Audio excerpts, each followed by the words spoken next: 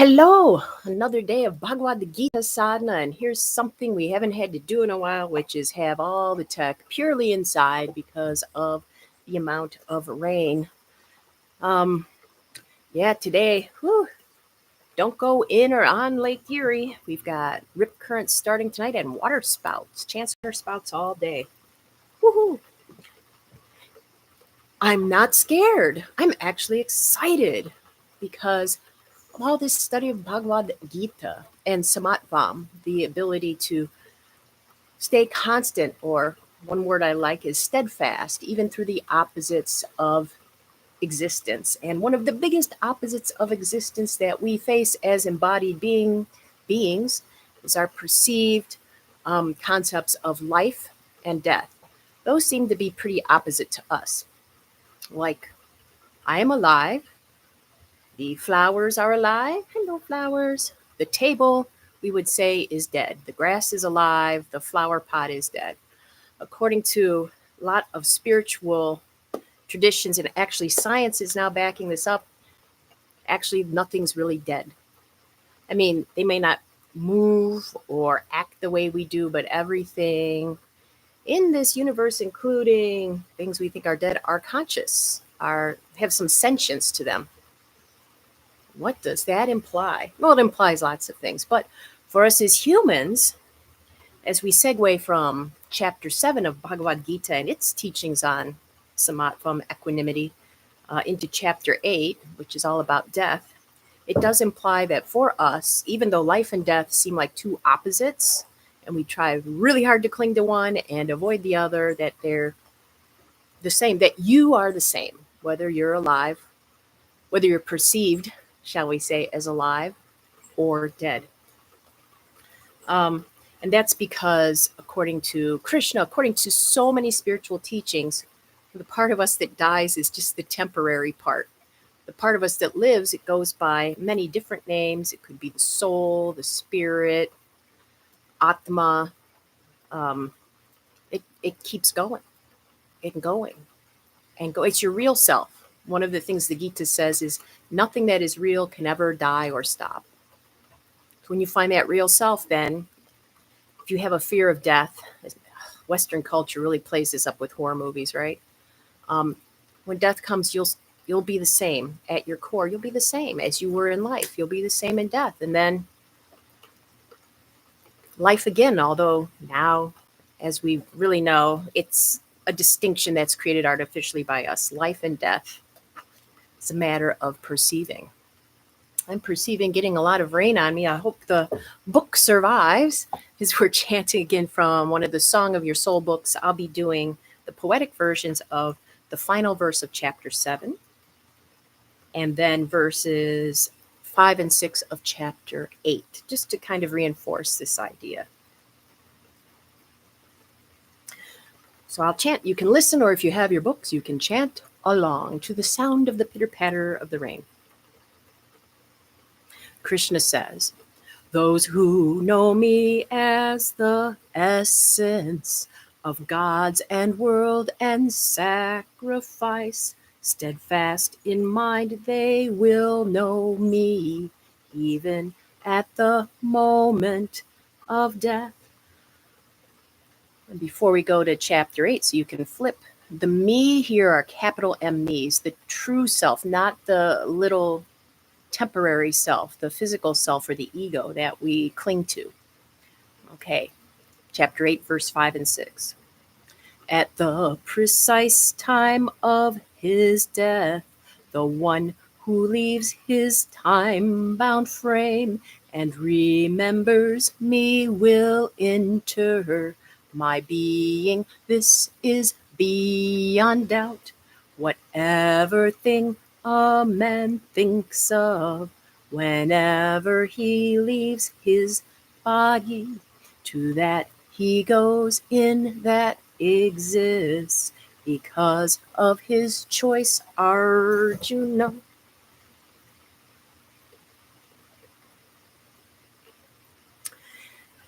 You know, it's very similar, according to this, in death as it is in life. Whatever we think of comes to us. If we go out and we want to see the worst in people, we absolutely will, especially if we're driving.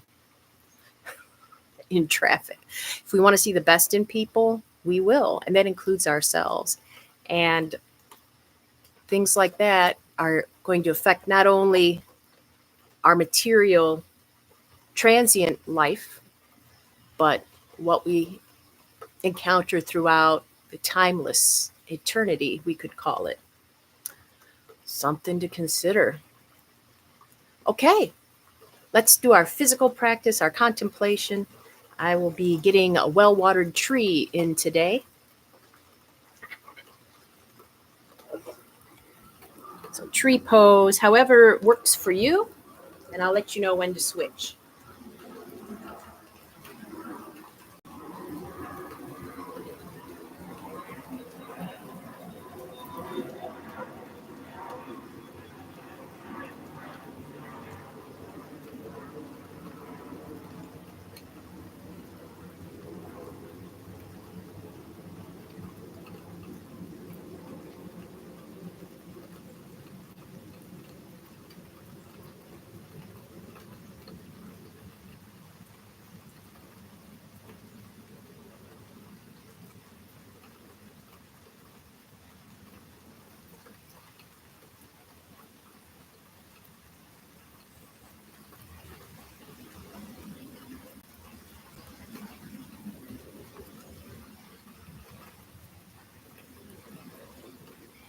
Switch sides.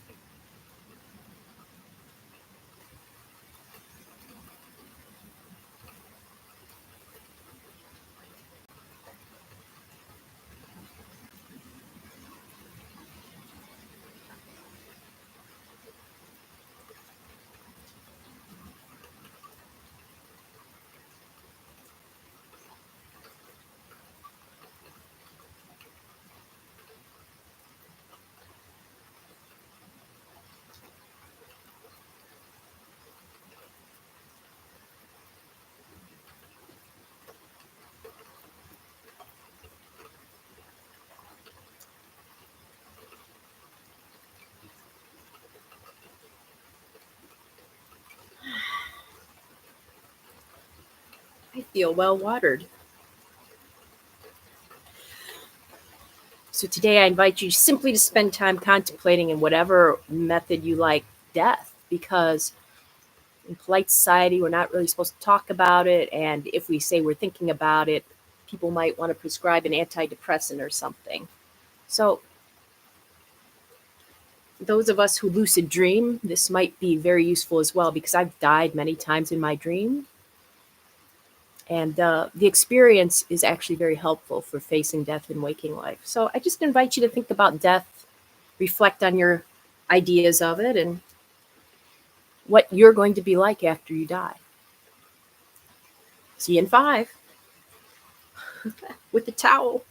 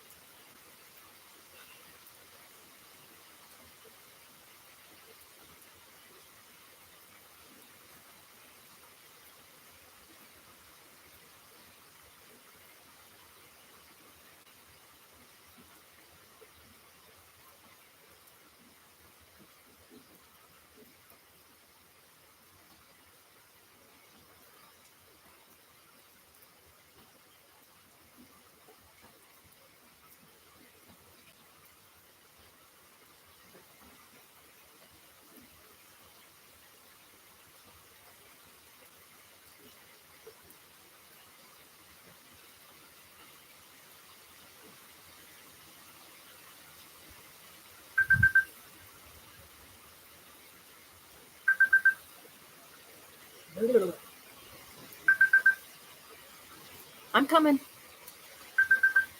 Oh, there we go. How'd that go for you? Whew, invigorating. This is the most rain I've had since I started this program. Fantastic.